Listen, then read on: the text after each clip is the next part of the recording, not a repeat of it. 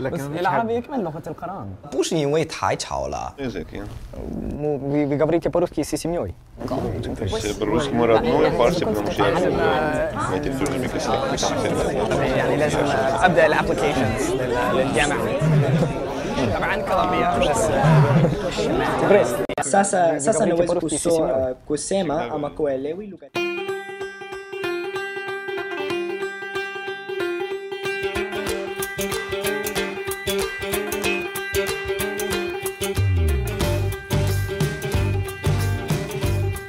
I feel that language gives you something with which you can connect to another person. अब जो अच्छा इस किताब के बारे में यहाँ पे लिखा है, ये किताब कुदरतुल्लाह शाह की खुद नविश्त है। एक और नविश्त क्या है? Writer? खुद नविश्त was written. नहीं हाँ about his own life. Oh, okay. Oh, खुद नविश्त. हाँ खुद नविश्त. खुद नविश्त. Yes. Each language is in many ways an expression of how one society or culture thinks. I feel that when I start to speak foreign languages, a lot of times I become a bit of a different person. Perhaps I say things that I wouldn't necessarily say in English. Perhaps I'm more deferential to others. Perhaps I'm more upfront about what I say. Привет. Здравствуйте, молодой человек. Добрый день. Добрый. Как вас зовут? Натан. Натан. Добрый день. Это. Тебя как зовут? Привет. Я Тим. Тим. Очень приятно. Очень приятно. И откуда вы? Polyglot is a word that comes from two Greek roots, poly and gloss, or glottis, which together means many tongues, many languages, and it just refers to anyone who speaks 3 to 4 languages or more at a pretty high level. The term hyperpolyglot, that's the people who have a commitment to learning and maintaining a lot of languages. Most of them really put in a lot of work on it and take pride in knowing these languages. 那可以不可以养宠物？我真的不知道。你真的不知道？可是如果你给我钱，你就可以。真的吗？啊，好好好，那我得。I'm really comfortable having a conversation on more or less any topic in French, Arabic, Hebrew, and Farsi. I think maybe a tier down would be Chinese, German, and Russian. I've done a fair amount of Latin and Greek in school, but that's obviously a different skill range for dead languages. I'm pretty comfortable speaking in languages like, Hindi or Urdu, Indonesian. With a little bit of practice, I feel, confident again in languages like Turkish, for example, or, my Italian's not so great, but I feel like I can understand it pretty well. And then there are languages that are a little bit more dormant or that I haven't studied for a while, languages such as Ojibwe or Yiddish or Wolof or Hausa, and then languages that I'm more or less a beginner in, such as Japanese and, Dutch, a couple others. The languages that we speak as a family, it's really not that impressive. Ezra and I studied French for many, many years, so we can understand French people who are slowed down incredibly. I lived in Hong Kong for a while. I studied Cantonese, but studying 20 hours a week for a summer, I didn't make anywhere near the progress that Tim made studying 20 hours a week, for example, Persian. فکر میکنم که پردازش ترین بخشی از یاد گرفتن فارسی فهمیدن تاریخ و فرهنگ ایران است. In North America, we mostly learn one language as we're growing up, and that language gets to be so good that it interferes with our learning other languages. Tim Donner's talents in the American context are extremely unusual, particularly at his young age. The hyperpolyglots one tends to hear about in the world are older as a rule. So coming up with people who've started really in high school doing this, extremely rare. Yomu. Yominai? Yomanai. Yomanai. Okay. Tim, he is passionate about learning languages, and for him, this is not just a hobby, and it's basically his way of life. He actually spends most of his waking hours learning languages.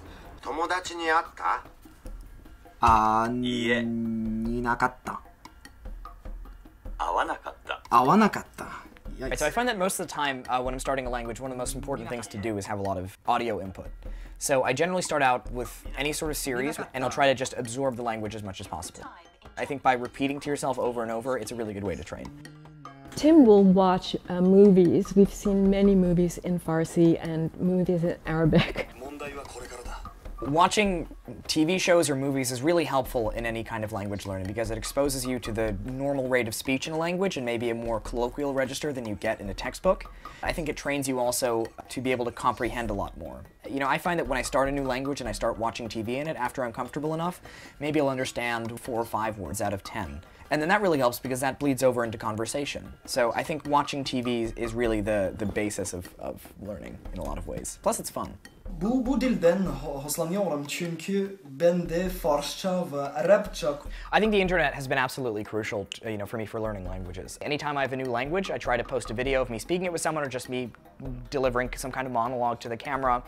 And the responses I get are really helpful. They show me, which direction I should go in, what I have to work on still, what I've done well, and that's fantastic. Gigawa min minawa miigwech bizindaw yeg.